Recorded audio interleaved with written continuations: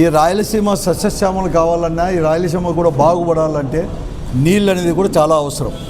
అందుకోసం ఇప్పుడే కాదు, పూర్వం నుంచి కూడా, స్వాతంత్రం రాక మునుపు నుంచి కూడా రాయలసీమకు ఆ రోజు బ్రిటిష్ పాలకులు కూడా, మెకంజాట్ల వాళ్ళు కూడా ఇక్కడ రాయలసీమకు అనేది కూడా కృష్ణా జలాలు మళ్లించినప్పుడే ఇది సాధ్యమవుతుంది. ఇక్కడ నుంచి ఈ కరువు ఇవన్నీ కూడా పోతాయి. నీరు అనేది, ఎందుకంటే భూములు చాలా సారవంతమైనవి, రెడ్ సాయిల్ కానీ బ్లాక్ సాయిల్ కానీ ఇది నీరు మాత్రం లేదు. నీరు అనేది కూడా అందించాలని చెప్పేసి అనేకమైన పోరాటాలు కూడా జరిగాయి. వాటి కోసమే ఆ రోజు తుంగభద్ర నుంచి కూడా, తుంగభద్ర డ్యామ్ నుంచి మన రాయలసీమకు నీళ్లు వస్తున్నా, ఆ నీళ్ళు అనేది కూడా ముఖ్యంగా పైవైపు అంటే తుంగభద్ర డ్యామ్కు పైవైపులోనే అనేకమైన డ్యాములు అవన్నీ కూడా కట్టిన దానివల్ల రాను రాను కూడా తుంగభద్రలో కూడా నీరు కూడా తగ్గిపోతే మనకు ఉండేదంతా కూడా శ్రీశైలంకి వచ్చే కృష్ణా జలాల వల్లనే రాయలసీమకు తీసుకొని రావాలని చెప్పేసి చాలామంది పోరాటాలు చేస్తున్నా కూడా సార్థకత అనేది కూడా ఏర్పడింది.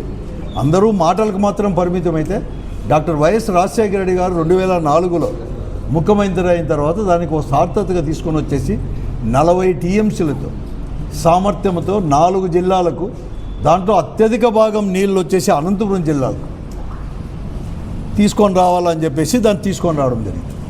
ఆ రోజు నుంచి కూడా ప్రారంభమైనా కూడా డాక్టర్ వైఎస్ రాజశేఖర రెడ్డి గారు ముఖ్యమంత్రి ఉండే, తర్వాత రోసయ్య గారు వచ్చిన, ఆ తర్వాత మళ్ళీ కూడా కిరణ్ కుమార్ గారు వచ్చిన, కడకు 2012లో ఆ కృష్ణా జలాల శ్రీశైలం నుంచి అందిరిని ద్వారా జీడిపల్లికి తీసుకొని వచ్చినప్పుడు కూడా మళ్ళా దాన్ని వెడల్పు చేసి పూర్తి 40 టీఎంసీలు కాదు, అవసరం వస్తే 80 టీఎంసీలు కానీ అంతకంటే ఎక్కువ కానీ తీసుకొని రావాలా అని చెప్పి కూడా కోరుతూ ఉన్నారు.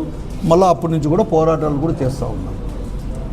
ఈరోజు మొట్టమొదటిగా 40 టీఎంసీలు వచ్చి 3850 క్యూసిక్ల కెపాసిటీతో సామర్థ్యంతో ఆ కాలువ తవ్వితే, ఎందుకో కానీ ఆ సామర్థ్యం అనేది కూడా పంపులు 12 పంపులు 350 క్యూసిక్లతో ఉన్నా కానీ నీరు వస్తానేది మాత్రం 2200 జీడిపల్లికి.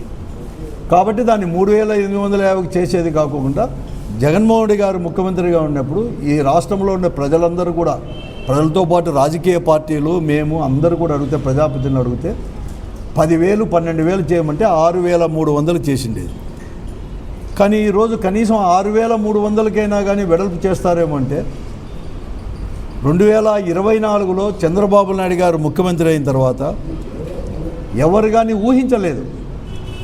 ఏమన్నా జగన్మోహన్ రెడ్డి గారు 6,300 చెప్పాడు, కానీ మొట్టమొదటి నుంచి కూడా ఇక్కడ ఉండే ప్రజలంతా కోరేదంతా కూడా, రాయలసీమ ప్రజలు కోరేది, అన్ని రాజకీయ పార్టీలు కోరేది 10,000 12,000 క్యూసిక్లు కాబట్టి అంత చేస్తాడో అని చెప్పి అనుకునే తరుణంలో 6,300 కాకుండా ఇంకా కూడా 3,850 ఒరిజినల్గా ఎంత అనుకున్నామో అంతకే చేసి పనులు వెంటనే కూడా ప్రారంభిస్తాము అని ఒక దిక్కు చెప్తూనే, మరొక వైపు కూడా పోలవరం ప్రాజెక్టు ఇంకా 2 సంవత్సరాల్లో పూర్తి అవుతుంది.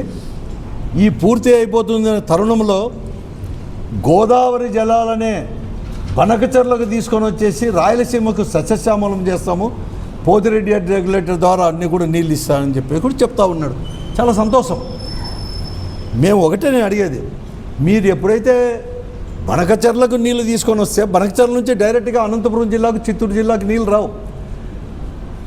బనకచెర్ల డ్యామ్ వచ్చేసి అక్కడ వచ్చేసి కాంప్లెక్స్ అనేది శ్రీశైలానికి 20 కిలోమీటర్ల దూరంలోనే ఉంటుంది.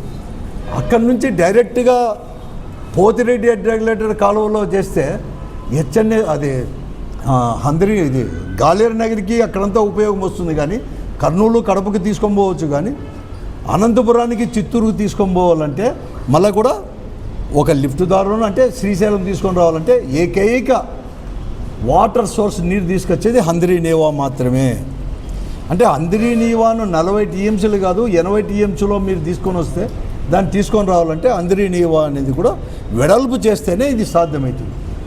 అటువంటి వైపు ఇదికేమో బనకచెర్లకు నీళ్ళు తీసుకొని వస్తాం గోదావరి జలాలని చెబుతూనే, దీన్ని మాత్రం ఇంకా కూడా 10,000 క్యూసిక్లో 12,000 క్యూసిక్లో చేయాలని అడిగేటప్పుడు మేము 3,850కే మేము చేస్తాం ఫస్ట్ ఫేజ్, సెకండ్ ఫేజ్ ఇవన్నీ కూడా లైనింగ్ చేస్తామని చెప్పడం నిజంగా కూడా ఈ ప్రాంతానికి, మరీ ముఖ్యంగా అనంతపురం జిల్లాకు, చిత్తూరు జిల్లాకు పెద్ద దెబ్బ.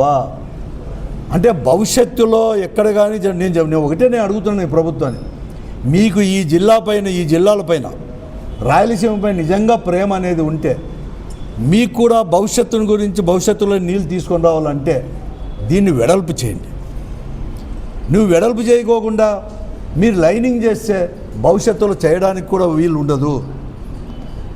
ఎందుకంటే మీరు 2014లో ఈ రాష్ట్రం విడిపోయిన తర్వాత హెచ్ఎల్సి కూడా తీసుకొని రావాలా, సమాంతర కాలువన తీసుకొని రావాలంటే హెచ్ఎల్సికి మేము అనేది కూడా వెడల్పు చేసుకొని రావాలా అని చెప్పేసి పెద్ద ఎత్తున ఈరోజు ఫైనాన్స్ మినిస్టర్గా ఉండే కేశవ్ గారు కానీ, అప్పుడు మంత్రిగా ఉండే సునీతమ్మ గారు, వీళ్ళందరూ కూడా 2015లో పోయి ఆ ముఖ్యమంత్రితో మేము చర్చిస్తామని చెప్పేసి అక్కడ పోయి దాన్ని వెడల్పు చేయకోకుండా 4850కి, అంటే ఇక్కడి నుంచి తుంగభద్ర డ్యామ్ నుంచి మన బార్డర్లోకి 106 కిలోమీటర్లు అంతకే మీరు వచ్చేసి లైనింగ్ చేసిన దానివల్ల ఇంక హెచ్ఎల్సి నుంచి భవిష్యత్తులో వచ్చే కూడా ఇంకెక్కడ అవకాశాలు లేవు. ఉండేది కేవలం అందరి నీవాని. కాబట్టి అందరి నీవాను వెడల్పు చేయండి. ఈ రోజు మీరు ఏదైతే లైనింగ్ చేస్తున్నామో, లేకుంటే ఫస్ట్ ఫేజ్లో 3850కి మాత్రమే వెడల్పు చేస్తామనే దాన్ని వెంటనే దాన్ని నిర్ణయాన్ని మార్చుకొని భవిష్యత్తు, ఈ రాయలసీమ యొక్క ప్రజల యొక్క భవిష్యత్తును దృష్టిలో పెట్టుకొని వెంటనే ముఖ్యమంత్రి చంద్రబాబు నాయుడు గారు కూడా రాయలసీమకు సంబంధించిన వారు, అందరూ రాయలసీమ వారికి సంబంధించిన వారి పేరంతా కూడా రాయలసీమకే. ఈ జిల్లాలో ఉండే కరువును చూపించే కేంద్రానికి కూడా విన్నవించి కేంద్రం దగ్గర నుంచి నిధులు ఎక్కువ తీసుకొచ్చుకుంటారు. మా పేరు చెప్పి, రాయలసీమ ప్రజల పేరు చెప్పి, రాయలసీమలో ఉండే కరువు పేరు చెప్పేసి, కానీ ఆచరణలో మాత్రం ఇక్కడ కానీ పెట్టలేకపోతున్నారు. కాబట్టి నేను వెంటనే కూడా ఆ లైనింగ్ చేసేదాన్ని 3850 క్యూసెక్కులకు మాత్రమే పరిమితం చేసి వెడల్పు చేసే ఫస్ట్ ఫేజ్ దాన్ని నిర్ణయాన్ని మార్చుకొని వెడల్పు చేయండి 10,000కు అని చెప్పేసి నేను ఈ ప్రభుత్వాన్ని అడుగుతాను. ఇంకా నేను చాలామందిని అడుగుతున్నాను కూడా. ఈరోజు కూడా ప్రజాప్రతినిధులు ఇక్కడ జిల్లాలో రాయలసీమలో ఉండే వాళ్ళందరూ కూడా సీరియస్గా ఆలోచన చేయండి. రాజకీయాలు మళ్ళా ఉంటాయి. ఎవరు అధికారంలో ఉన్నారు, ఎవరు ఎమ్మెల్యేలుగా ఉన్నారు, ఎవరు మంత్రులుగా ఉన్నారు, ఏ పార్టీ అనేది కూడా కాదు. బట్ ప్రజలు అనేది, ఈ ప్రాంతం అనేది చాలా ముఖ్యము. భవిష్యత్తును దృష్టిలో పెట్టుకోండి. కాబట్టి వెంటనే మీరందరూ కూడా ఇప్పుడు ఉండే రాయలసీమ ఉండే ఎమ్మెల్యేలు అందరూ పోయి ముఖ్యమంత్రి గారి దగ్గర పోయి ఏదో అది లేకుండా మూకుమ్మడిగా అందరు కలిసికట్టుగా పోయి నేను మళ్ళా కూడా చెప్తున్నాను, మీకు చేతనైతే చిత్తశుద్ధి ఉంటే ఈ హంద్రీనీవా ప్రాజెక్టుని వెడల్పు చేయండి. మీకు చేత కాకపోతే శాశ్వతంగా మీరు లైనింగ్ చేసే ఇంకా వెడల్పు చేయడానికి అవకాశమే ఉండదు. భవిష్యత్తులో ఏ ప్రభుత్వం వచ్చినా, ఏ ప్రజాప్రతినిధులు ఉన్నా కూడా. కాబట్టి పెద్ద ఎత్తున దెబ్బతీసినట్టు, నిజంగా చెప్పాలంటే చేస్తుంది, ద్రోహం చేసినట్లయితుంది. కాబట్టి దానికోసం వెంటనే దాన్ని విరమించుకోవాలని చెప్పి నేను కోరుతా ఉన్నాను. మరీ ముఖ్యంగా ముఖ్యమంత్రి గారు అయితే ఢిల్లీకి పోయినా, రాయలసీమకు వచ్చినా గోదావరి నీళ్ళు బనకచర్లకు తరలిస్తానని చెప్పేటప్పుడు నువ్వు ఎవరి కోసం తరలిస్తావా నీళ్ళు? రాయలసీమ కోసమే కదా. ఆ రాయలసీమలకు తరలించాలన్నప్పుడు రాయలసీమ కోసం మీరు ఇవన్నీ తీసుకొచ్చినప్పుడు ఎలా తీసుకొస్తారు ఆలోచించేయండి. ఎలా తీసుకొస్తారు? That is the only source Handrineeva project. ఇంకా వేరే ప్రాజెక్టే లేదు.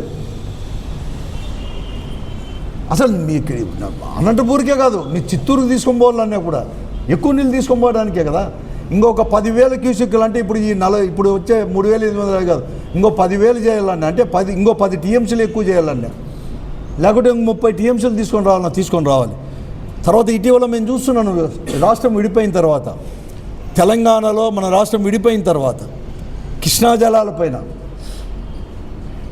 అక్కడ తెలంగాణకైన ముఖ్యమంత్రి, ఏ ముఖ్యమంత్రి ఉన్నా, ఏ పార్టీ ప్రభుత్వం ఉన్నా, ఎవరున్నా కూడా వాటిలో మాట్లాడుతున్న తీరు, మరీ ముఖ్యంగా ఇప్పుడు రేవంత్ గారు వాళ్ళు మాట్లాడుతున్న తీరు, రాయలసీమకి అసలు నీళ్ళు వేయకూడదని వెంటనే తీసుకొని పోవాలా అని చెప్పేసి, నాగార్జున సాగర్ కానీ ఇక్కడ కానీ మనం ఎక్కువ తీసుకుంటామని చెప్పి, ఇలాంటి పరిస్థితుల్లో శ్రీశైలం నుంచి ఎంత తక్కువ కాలంలో ఎంత ఎక్కువ నీరుని తోడుకుంటే అంత ఉపయోగం. కానీ ఆలస్యమైతే పెద్ద దెబ్బ రాయలసీమకు. కాబట్టి వెంటనే కూడా పునరాలోచన చేయాలని చెప్పేసి ఈ ప్రభుత్వాన్ని కూడా నేను కోరుతా ఉన్నాను. వెంటనే దాన్ని ఉపసంహరించుకొని దీన్ని చేయండి, హంద్రీనీవాని వెడల్పు చేయండి.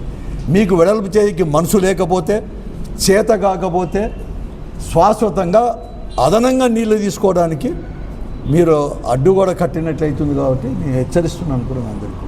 కాబట్టి వెంటనే అందరూ కూడా మరీ ముఖ్యంగా కేశవ్ గారికి అన్ని విషయాలు తెలుసు, ఈ జిల్లాలో ఉన్న ప్రజాప్రతినిధులకు అందరికీ కూడా తెలుసు, అలాగే కర్నూలు జిల్లాలో కూడా అందరికీ కూడా. ఎందుకంటే కర్నూలు జిల్లా నుంచి ప్రాతినిధ్యం వహిస్తున్న జనార్దన్ రెడ్డి గారు కానీ భరత్ గారు కానీ, ఎందుకంటే భరత్ గారి యొక్క తండ్రి గారు వెంకటేశ్వర్లు గారు మంత్రిగా ఉన్నప్పుడు రాయలసీమ గురించి అంత ఎక్కువ పెద్ద ఎత్తున మాట్లాడేవాడు, నీళ్ళు ఇవన్నీ కూడా. కాబట్టి వీరందరూ కూడా దీనిపైన ఆలోచన చేసి వెంటనే కూడా ఈ హంద్రీ నీవాని వెడల్పు చేయాలని చెప్పి ఆలోచనతో ముందుకు పోవాలి. లైనింగ్లు అవన్నీ కాదు ఇప్పుడు కావాల్సింది, మొదట వెడల్పు చేయండి, తర్వాత ఆలోచన చేస్తాం.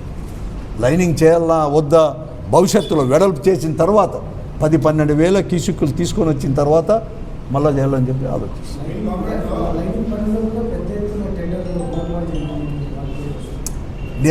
నేను చెప్పేది ఏమంటే అది ఓ సబ్జెక్ట్, ఇంకా అది దాని గురించి లైనింగ్లో జరిగినా ఏదో వాళ్ళ స్వార్థం కోసం కాదు. నేను వెంటనే అవన్నీ కూడా లైనింగ్ అనేది కూడా వెంటనే స్టాప్ చేసి ఆ డబ్బునే వెడల్పు చేయడానికి ఉపయోగించుకోండి అని చెప్తుంది.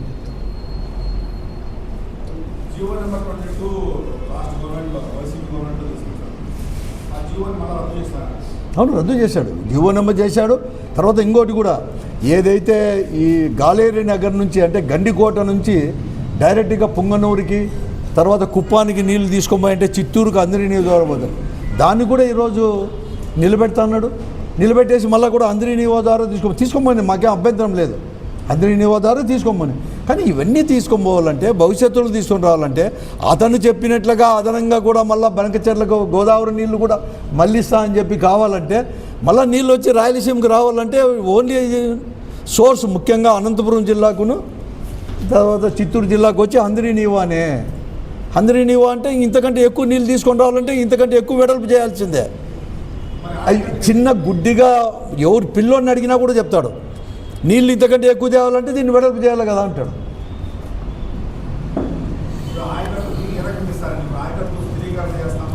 తర్వాత వెంటనే కూడా దానికంటే అందుకంటే ఇప్పుడు వచ్చిన నీళ్ళు కూడా వాడుకోలేకపోతున్నాం.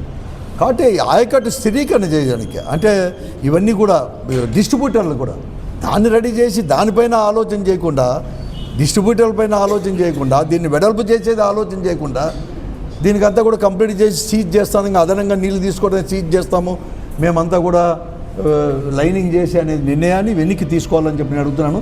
అంతకంటే బాధాకరం ఏమంటే ఈఎన్సీ ముగ్గురేమో ఉన్నారు ప్రజెంట్ ఈఎన్సీ వారికి కూడా అన్ని సబ్జెక్టు తెలుసు, ఇంజనీర్లకు తెలిసి వారు ఎందుకు చెప్పలేకపోతున్నారు ఈ ప్రభుత్వానికి? లేకపోతే ఆ ఇంజనీర్లు చెప్పినా కూడా వీళ్ళు ఏమన్నా ముఖ్యమంత్రి గారు వాళ్ళు ఏమన్నా వినలేదా? లేకపోతే ఈఎన్సీ వారు అందరు కూడా ఆ ప్రాంతం వారే కాబట్టి అక్కడికే నీళ్ళన్నీ తీసుకొని పోవాలని చెప్పేసి ఏమన్నా ఆలోచన చేస్తున్నారో కూడా నేను ఆలోచన చేసుకోండి. రాయలసీమ ప్రజాప్రతినిధులకు అందరికీ కూడా ముఖ్యంగా కూడా నేను కోరుతాను. ఎందుకంటే ఇక్కడ ఈఎన్సీ వారే చాలా కూడా ద్రోహం చేసినట్లేదు ఇంజనీర్లు కూడా. కాబట్టి దీనిపైన